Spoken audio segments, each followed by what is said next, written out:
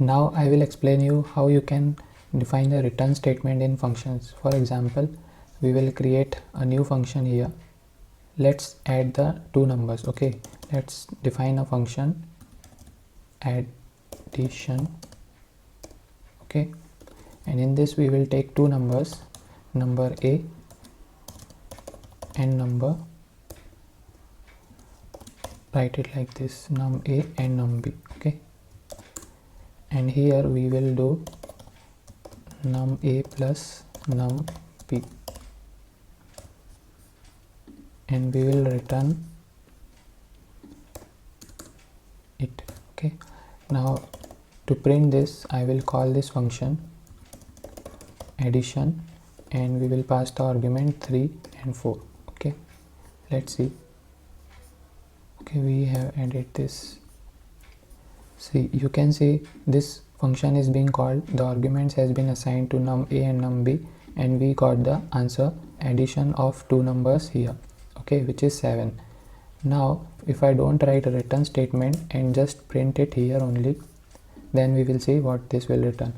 Now this function is getting called addition 3 4, and here we are printing this num a and num b. Okay, the addition of this is getting printed here, which is 7. And if you want to test it, we can write it this way as well. We don't know which statement, this print statement is getting printed or this print statement is getting printed. So let's see. Addition is, so you can see this print statement is getting printed, addition is 7. And what about this print statement? Now basically if we don't return anything in function, it will return none by default. Okay, so at the end if I write here f main call function, okay, you can see main call function is getting the value none. This call is getting as none because we haven't returned anything, we just printed here only. Okay, if we return this value, then you can see main call function which is this, and the value which is getting returned inside this. Now what is the value getting returned? This value. Okay, this value addition is 7.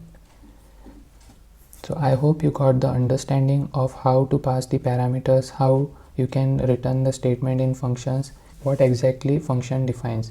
Functions are basically used to define the basic blocks. If you are designing a program for cars, okay, for example, in that case you need brake function, right? You need accelerate function.